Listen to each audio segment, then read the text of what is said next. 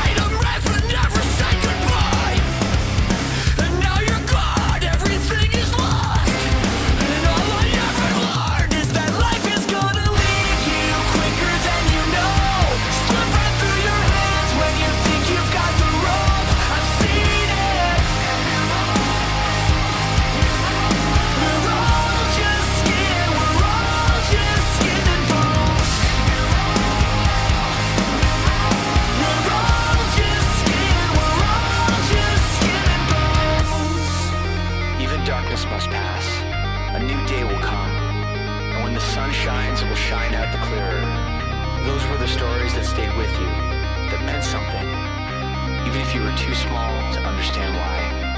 Okay, this really is a very emotional track. I like this softer pace but slightly heavier element we've really got coming in from the band, and there's a lot really coming across in this. So there's actually a line in that second verse, "The Ides of March, just another sign." This was actually track 3 on Discovering the Waterfront, so really linking back to a previous track which was all about the breakdown of one of Shea Told's relationships and how they would never be able to move past this person. Given the fact this song is about kind of skin and bones and potentially that idea of losing your life, I'm going to imagine that this is basically him losing that person once for all. Maybe they've kind of passed on, something like that, and we can kind of see that we made amends but never said goodbye, and now you're gone, everything is lost. So I can really feel the emotional state that's really coming from this track with that slower, more aggressive pace. You've just lost somebody that's really once was close to you, and you kind of want to let that aggression out. You're kind of stuck in this mixed state between aggression and kind of sadness, and we can really see that being brought through in the vocal delivery style, from the aggressive opener leading into this slower, plodding, more melodic chorus that we do have. Some of the trademarks that the band do typically bring across. But going straight to the start, they say that everything is black and white, you're in the wrong or you do what's right. It's almost this idea of it's kind of there's always only two cases effectively, but nothing's fair, no one fucking cares, all I ever learned was tragedy. So you can kind of see that maybe a bit of self-loathing in this first verse, that idea of no one really cares about how I feel or how I think, everything around me just kind of goes to shit effectively and everything falls apart. And the idea of that fairness, they say that the good ones get taken first effectively. There's lots of kind of concepts and ideas around that, the fact that life isn't fair, and the idea of just kind of not being caught up on the trivial things and really just allowing yourself to really just understand that life is quite fragile, go out and live it. So there's multiple messages really coming across just in these verses alone. And in that chorus, when we move to that more melodic sound, life is going to leave you quicker than you know, slip right through your hands when you think you've got the rope. The idea that you could be taken at any moment. You can think you've got two hands firmly on that rope, all it takes is one slip and suddenly you're effectively gone from this world. So it could be very much in an instant that it does happen. Also, the reference to the idea of the rope, it could potentially lead to ideas such as suicide, things like the idea of somebody hanging themselves can be quite dark, but we can certainly see that coming in with the idea of that metaphor of the rope and the loss of life. We're all just skin and bones, so really emphasizing that we are nothing more than just kind of bags of flesh effectively. We're not immortal, we're not here forever. And again, in the second verse, I love that link back to the Ides of March. I'm not going to give you a full history lesson on the Romans, but it was the Ides of March were effectively like a set of dates in Roman culture.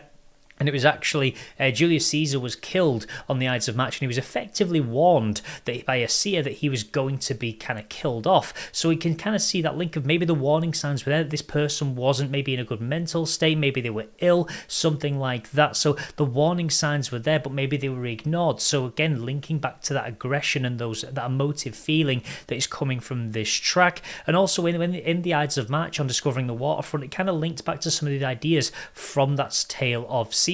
The fact that Rome was never the same after his passing, it entered into an era. So the idea of that relationship broke down, people not being able to be the same. So there's so much going on here that I really do love, and especially as we move into that chorus and that more melodic sound. And I also love this other bit they've thrown in. Even darkness must pass, a new day will come, and when the sun shines, it will shine out the clearer. So in that instant where when you find out that someone's passed, you just think of all the worst moments. You think about the last thing you said to them. Did it end on a good or a bad? You kind of think about all these bad moments that you may have had with somebody, and you kind of feel really sad. But as that kind of begins to pass, you reflect more on the positive memories you had with somebody, those positive moments. That new day comes, you kind of learn to live with it, and you kind of reflect on the good times. Those were the stories that stayed with you, that meant something, even if you were too small to understand why. So when somebody passes, sometimes you think about even the smallest of things and really reflect on those moments, those memories that were jammed in the back of your head you may have forgot. So you can really see the emphasis of losing somebody permanently to death, and just really focusing on those moments, those positive moments that you did have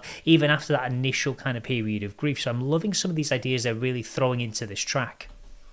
So as I surround myself with memories, and as I reread this tattered book, I won't weep when I get to the end. I'll turn to the first page and read it again. These are the passages that made us who we are and who we were. These are the episodes that showed us who we are and who we were. Life is gonna leave you quicker than you know. Slip right through your hands when you think you've got the rope. I've seen it. We're all just skin. We're all just skin and bones. We're all just skin. We're all just skin and bones.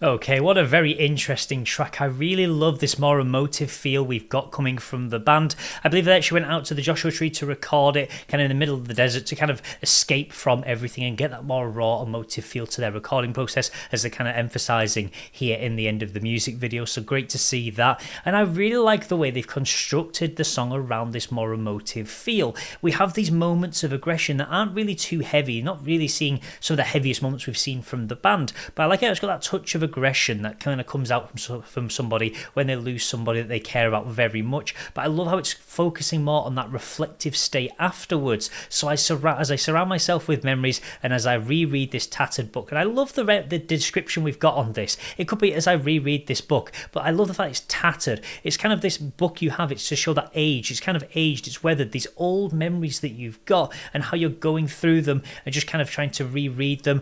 I won't weep when I get to the end, I'll turn to the first first page and read it again. It's a very soft way that they've actually looked at this kind of part of the track, and I really do enjoy it. The fact of just surrounding yourself with these memories, focusing on the good times that you had with somebody, no matter how badly it may have ended. And even though it is tattered, it's worn, you're still not just going to cry for what's lost. You're going to celebrate and enjoy the moments. You kind of look through a memory book and you keep just laughing and enjoying those kind of photos or things that you've got of somebody. So I really do love that element that's really coming through. These are the passages that made us who we are and who we were. And I love this because it's that idea of you really learn from the lessons you go through from your past. So you effectively give, you may have ended, something might end badly, but you kind of take that and learn from it and use that to develop yourself into the future. All your past choices have made you who you are, and you can also reflect on who you were at the time and kind of compare the two. These are the episodes that showed us who we are and who we are. So I love that reflection that's coming through in the tensing of this actual end portion of the track. And again, just kind of focusing on that development, how you may grow apart as people, but you still hold that person in your memories. So what a beautiful track this is, really bringing out the emotive side of the band, something they've done very well in previous releases. I love the link back to one of their tracks from Discovering the Waterfront. That's great to see that reference to the Ides of March. I think it's really smart, and one thing that I've always loved about the band is their very strong songwriting, the heavy messaging that is in their music, and we can certainly see them doing the exact same with this. So there we have it, Silverstein showing us their human side with this latest release. I'm really curious to see what direction they take, given they've been recording out in the desert. Maybe they're going for something a bit more stripped back, something a bit more emotive, and this track certainly shows that. But I would love to know your thoughts about this track in the comment section below. Do you really enjoy them going for this more storytelling, kind of subtle kind of sound, or do you kind of miss some of the heavier elements that we did see on some of those previous albums? I really would love to know your thoughts in the comment section below. Also, if you would like to see more content like this, then please do feel free to subscribe, and I will see you in the next audio analysis.